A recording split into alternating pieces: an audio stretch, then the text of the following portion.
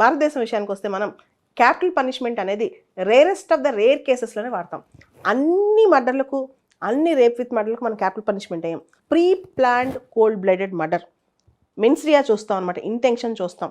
భారతదేశంలో అనేక రకాల శిక్షలు ఉన్నాయి మన పీనల్ కోడ్లో. దానిలో ముఖ్యంగా మనం గమనిస్తే కనుక ఉరి శిక్ష, యావజ్జీవ కారాగార శిక్ష, కఠిన కారాగార శిక్ష, లేదా మామూలు కారాగార శిక్ష, తర్వాత ఫైన్ ఇలాంటివి ఉన్నాయి. బ్రిటిష్ వాళ్ళ టైంలో ఇంకొక శిక్ష కూడా ఉండేదన్నమాట. ఇంకో 2 రకాల శిక్షలు ఇంకా దారుణంగా ఉండేవి అక్కడ. డిపోర్టేషన్ ఆఫ్ లైఫ్, అంటే ఆ వ్యక్తిని ఎవరైతే తప్పు చేస్తారో తీసుకెళ్ళిపోయి ఇంకొక ప్రాంతంలో పెట్టేస్తారు. అండమాన్ కాలాపాని జైల్లోనే అలా పెట్టేస్తారు. జీవితాంతం ఇంక వాళ్ళు దానిలోంచి బయటికి రారనమాట. దాన్ని డిపోర్టేషన్ ఆఫ్ లైఫ్. ఇంకో రకమైన శిక్ష ఇప్పుడు కూడా అప్పుడప్పుడు తక్కువ కాలం వేస్తూ ఉంటారు, సాలిటరీ కన్ఫైన్మెంట్. అంటే ఒక వ్యక్తిని ఇంకెవ్వరితో కలవనీయకుండా, ఇంకే ఖైదీతో కలవనీయకుండా చాలా దూరంగా పెట్టేస్తారనమాట. దాన్నే సాలిటరీ కన్ఫైన్మెంట్ అంటాం.